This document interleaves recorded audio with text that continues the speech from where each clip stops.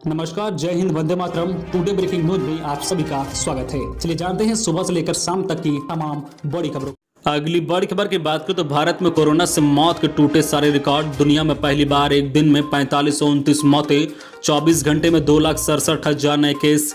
भारत में कोरोना से होने वाली मौत के आंकड़ों ने दुनिया के सारे रिकॉर्ड तोड़ दिए हैं।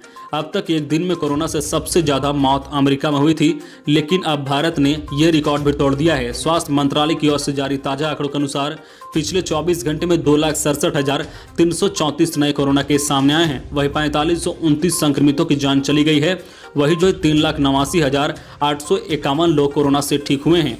इससे पहले दुनिया में कोरोना से सबसे ज्यादा 4468 मरीजों की मौत अमेरिका में 12 जनवरी को हुई थी। वही अब जो है कुल संक्रमितों की संख्या बढ़कर 2,54,96,330 हो गई है। वही जो है डिस्चार्ज हुए लोगों की संख्या 2,19,86,363 पर पहुंच गई है। वही कुल एक्टिव केस की संख्या 32,26,719 हो गई है। वही अब कुल मौत का आंकड़ा 2,83,248 पर पहुंच गया है। अगली बड़ी खबर की बात करें तो ताउते के बाद अब चक्रवाती तूफान यस का खतरा। बंगाल की खाड़ी के ऊपर बन रहा है कम दबाव का क्षेत्र, अलर्ट जारी। चक्रवाती तूफान ताउते गुजरात और महाराष्ट्र में तबाही के मंजर की तस्वीर छोड़ गया है। वहीं भारतीय मौसम विभाग ने एक और चेतावनी जारी की है। आईएमडी के मुताबिक बंगाल की खाड़ी के ऊपर जो है उत्तर मध्य के ऊपर एक कम दबाव का क्षेत्र बन रहा है, जिसके चलते 23 से 24 मई को ये साइक्लोन में तब्दील हो सकता है। और आने वाले दिन में अगर ये चक्रवाती तूफान बनता है तो इसे यस कहा जाएगा। ये नाम जो है ओमान ने दिया है।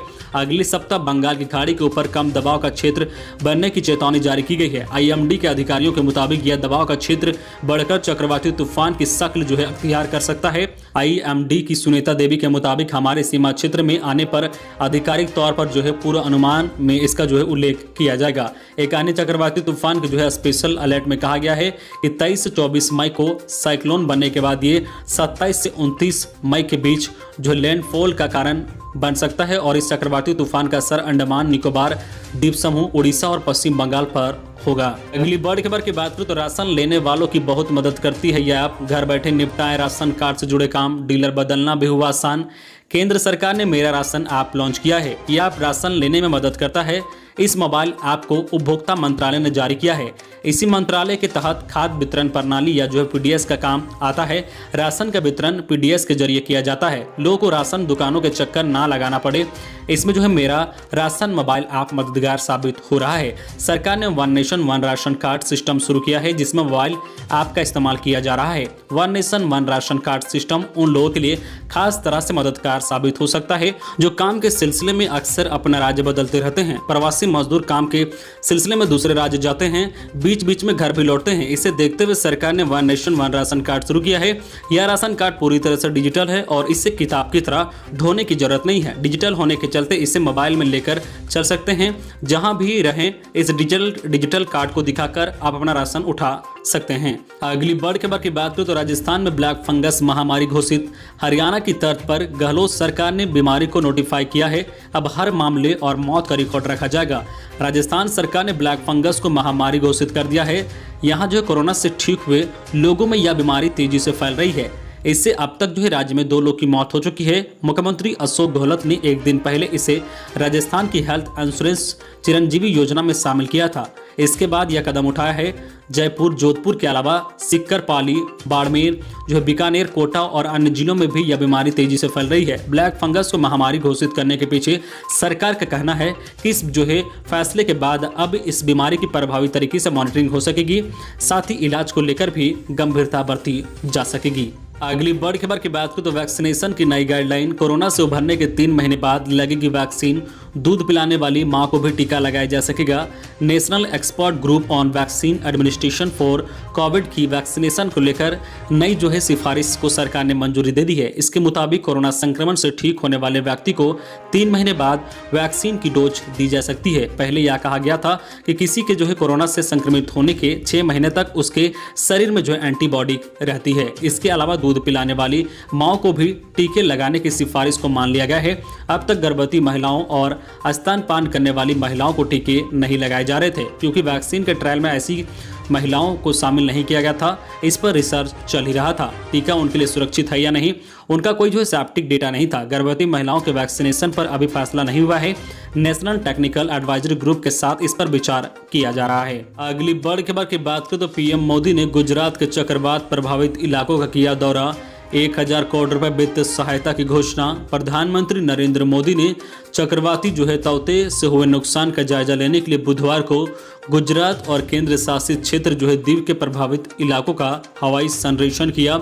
इसके बाद पीएम मोदी ने एक समीक्षा बैठक के बाद राहत संबंधित तत्काल गतिविधियों के लिए 1000 करोड़ रुपए की वित्त सहायता की घोषणा की है। प्रधानमंत्री कार्यालय की ओर से जारी एक बयान के मुताबिक प्रधानमंत्री ने तौते चक्रवात से पैदा हुई परिस्थिति को देखते हुए केंद्र सरकार प्रभावित राज्यों के साथ मिलकर काम कर रही है और राज्य सरकारों द्वारा नुकसान का ब्यौरा भेजे जाने के बाद उन्हें तत्काल केंद्रीय सहायता मुहैया कराई जाएगी। प्रधानमंत्री ने चक्रवाती तौते से देश के विभिन्न हिस्सों में प्रभावित हुए लोगों के प्रति एकजुटता प्रदर्शित करते हुए इस आपदा में जान गंवाने वालों के परिजनों के प्रति संवेदना जताई है। अगली बड़ी खबर की बात करें तो देश के सभी वयस्कों को टीका। स्वास्थ्य मंत्री ने कहा कि इस साल के आखिरी तक हमारे पास 267 करोड़ वैक्सीन का डोज होगी। इसमें 18+ की पूरी आबादी को वैक्सीन लगा सकेंगे। केंद्रीय स्वास्थ्य मंत्री हर्षवर्धन ने बुधवार को कहा कि भारत इस साल के आखिरी तक कोरोना की 267 डोज हासिल कर सकेगा। इसमें हम कम से कम अपनी पूरी वयस्क आबादी को टीका लगाने की स्थिति में होंगे। उन्होंने कहा कि वैक्सीन के 51 करोड़ डोज जुलाई तक और 216 करोड़ अगस्त तक और दिसंबर के बीच उपलब्ध कराई जाएगी। उन्होंने राज्य में कहा है कि अपने सभी हेल्थ केयर और फ्रंटलाइन वर्कर को वैक्सीन जरूर लगवाएं, क्योंकि उन्हें संक्रमण का सबसे ज्यादा खतरा है। पश्चिम बंगाल और पूर्व उत्तर के 8 राज्यों के स्वास्थ्य मंत्रियों के साथ कोरोना के हालात पर की गई वर्चुअल मीटिंग में हर्षवर्धन ने यह बातें कही है। उन्होंने कहा कि पश्चिम बंगाल, असम, मणिपुर, मेघालय, मिजोरम, नागालैंड, त्रिपुरा, सिक्किम और अरुणाचल प्रदेश में रोज मिल रहे नए केस और डेथ रेट और पॉजिटिव रेट काफी ज्यादा है। उन्होंने देश में नए उभरते ट्रेंड की ओर इशारा करते हुए कहा है कि अब छोटे राज्यों में कोरोना के केस बढ़ रहे हैं, इस बारे में सतर्क रहने की जरूरत है। अगली बड़ी खबर की बात करें तो हेल्थ मिनिस्ट्री की सलाह। बच्चों को कोरोना हो जाए तो ज्यादातर मामलों में घर पर ही इलाज संभव। जानिए कैसे कर सकते हैं देखभाल। कोरोना की दूसरी लहर के दौरान बड़ी संख्या में बच्चे भी संक्रमित हो रहे हैं। ऐसे में केंद्रीय स्वास्थ्य मंत्रालय का कहना है कि ज्यादातर बच्चों की देखभाल और इलाज घर पर ही की जा सकती है। मंत्रालय ने बच्चों में कोरोना के लक्षण होने या कोरोना पॉजिटिव होने पर उनकी देखभाल के लिए गाइडलाइन जारी की है। स्वास्थ्य मंत्रालय ने एक ट्वीट में कहा है कि कोरोना से संक्रमित ज्यादातर बच्चे बिना लक्षण वाले या बेहद कम हल्के लक्षण वाले होते हैं। स्वास्थ्य मंत्रालय के अनुसार बिना लक्षण वाले कोरोना पॉजिटिव बच्चों की घर पर ही देखभाल की जा सकती है। ऐसे बच्चों की पहचान तभी हो पाती है जब उनके परिवार में किसी के कोरोना पॉजिटिव होने के बाद सभी की जांच की जाती है। ऐसे बच्चों में कुछ दिन बाद गले में खराश, नाक बहना, सांस लेने में परेशानी, बिना खांसी हो सकती है। कुछ बच्चों का पेट भी खराब हो सकता है।